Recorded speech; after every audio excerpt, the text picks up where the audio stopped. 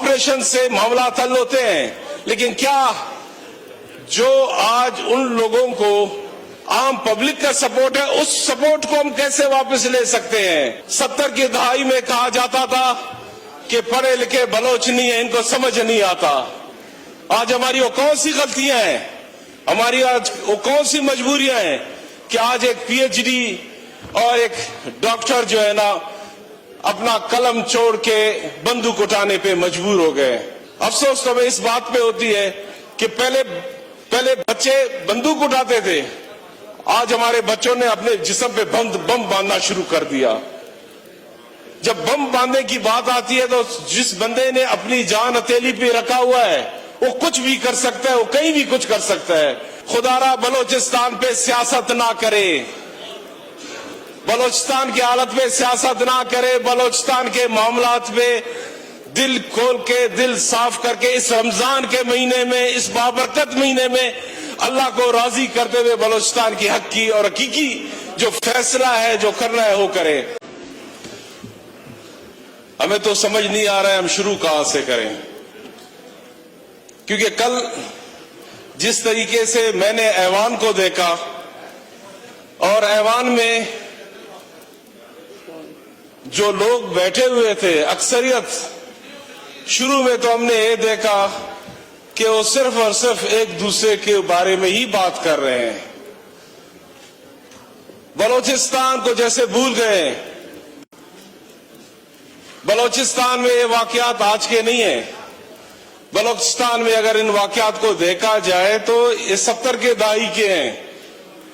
उस वक्त के हालात और थे, उस वक्त की मजबूरियां होती, लेकिन बलोच उस वक्त भी पसमानदा था, बलोच आज भी पसमानदा है। बलोचिस्तान के हालात के बारे में आज से महीना पहले मेरे कायद हजरत मौलाना फजल रहमान साहब ने इस फ्लोर पे आके बात करने की कोशिश की, लेकिन उसे मुख्तलिफ तरीके से कहा गया कि नहीं, हालात ऐसे नहीं है।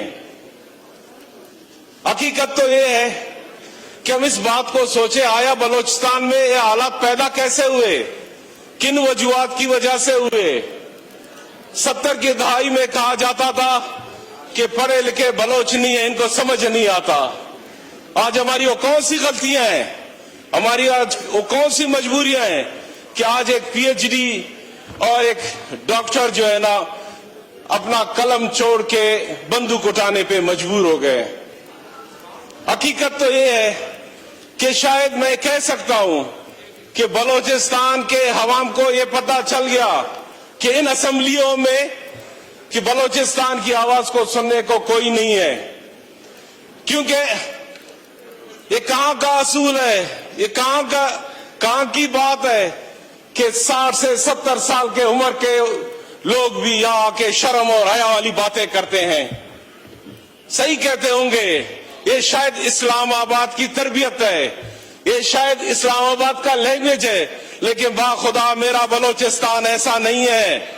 बलोचिस्तान में लोग, बलोचिस्तान के बलोच, बलोचिस्तान के पश्तून, बाजार बलोचिस्तान के हजारा, बलोचिस्तान का सेटलर पंजाबी रिवायात वाला है। बलोचिस्तान के हर मसले पे बलोचिस्तान के लोग आपस में बैठ के यूनिटी के साथ हमेशा उन्होंने दुश्मनों की मुकाबला की है। आज बलोचिस्तान चल रहा है। आज बलोचिस्तान में छोटे छोटे वाकयात के बाद एक बड़ा एक वाकया आया है।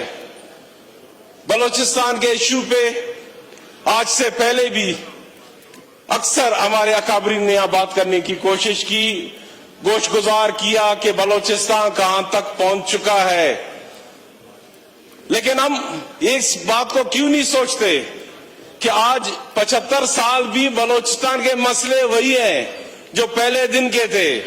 बलोचिस्तान के बच्चे को उसका राइट्स चाहिए, बलोचिस्तान के पढ़े लिखे बच्चे को उसकी नौकरी चाहिए, बलोचिस्तान के ताजिर को उसे वो माहौल चाहिए जिसमें वो बिजनेस कर सके, बलोचिस्तान के जमींदार को वो वसाइल चाहिए जिससे वो अपनी जमींदारी कर सके। लेकिन इन सब चीजों से हटके आज बलोचिस्तान का हर बंदा इस पे मजबूर है, या अल्लाह मेरे बलोचिस्तान में अमन कैसे आएगा। मैं मानता हूं आलमी दुनिया में हालात चेंज होते रहते हैं। कभी अफगानिस्तान का मसला है तो अजाब भी बलोचिस्तान पे आता है, ईरान के इश्यूज होते हैं तब भी बलोचिस्तान पे मसला आता है। आज यहाँ बैठे हम पॉलिसीज तो बना रहे हैं, हम बोलते हैं कि बलोचिस्तान को हमने गवादर दिया, बलोचिस्तान को हमने पोर्ट दिया, बलोचिस्तान में हमने रेकोदिक दिया, बलोचिस्तान में हमने सेंदक दिया, बलोचिस्तान को हमने हजारों किलोमीटर रोड दिया। लेकिन हम क्यों इस बात को भूल गए कि बलोच का बच्चा आज भी भूखा है, बलोच का बच्चा, पढ़ा लिखा बच्चा आज भी डिग्रियां जला के क्यों वो पहाड़ों की तरफ रवाना हुआ है। बलोचिस्तान का वो बच्चा जिसको हम समझते हैं कि आज अगर आप देखें मिडिल ईस्ट में हर फोरम पे बलोच का बच्चा वहां जाके उन पोजीशंस पे अपना काम कर सकता है, लेकिन बलोचिस्तान का बच्चा क्यों इस पाकिस्तान में और इस्लामाबाद के इन पॉलिसियों की वजह से क्यों पीछे रह गया है। अफसोस तो हमें इस बात पे होती है कि पहले बच्चे बंदूक उठाते थे, आज हमारे बच्चों ने अपने जिस्म पे बम बांधना शुरू कर दिया। जब बम बांधने की बात आती है तो जिस बंदे ने अपनी जान हथेली पे रखा हुआ है वो कुछ भी कर सकता है, वो कहीं भी कुछ कर सकता है। खुदारा आज भी हम कहते हैं देर नहीं हुआ है। आज भी हालात ऐसे हैं कि असेंबली के अंदर और असेंबली से बाहर जितने भी लोग हैं, जितने भी सियासी लोग हैं, जितने भी मजहबी लोग हैं, जितने भी कबायली लोग हैं, इन सब का एक मुश्तरका एक ऐसे फोरम पे इन सबको इकट्ठा किया जाएगा जिसपे बलोचिस्तान पे बात हो और बलोचिस्तान का मसले का हल निकले।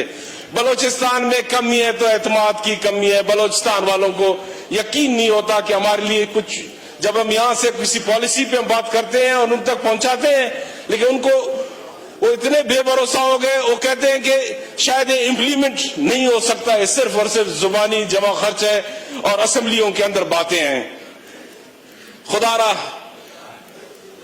हालात पे हम चाहें तो ओकाड़ा में भी वही हुआ, पाकिस्तान के हर कोने में दहशतगर्दी हुई है, पाकिस्तान के हर कोने में हमारे उलमाए कराम के ऊपर हमला हुआ है, हमारे काफी दोस्त शहीद हुए हैं। खुजदार में हमारा एक बड़ा प्यारा साथी वडेरा सरवर मुसियानी को दिन दहाड़े शहीद किया गया। ऐसे ही कोयटा शहर में शहीद हुए, कई बम धमाके हुए हमारे साथियों के ऊपर। इन सब छोटे छोटे वाकयात को देखे तो आप कह सकते हैं कि ये जो बड़ा वाकया हुआ किस तरह हुआ।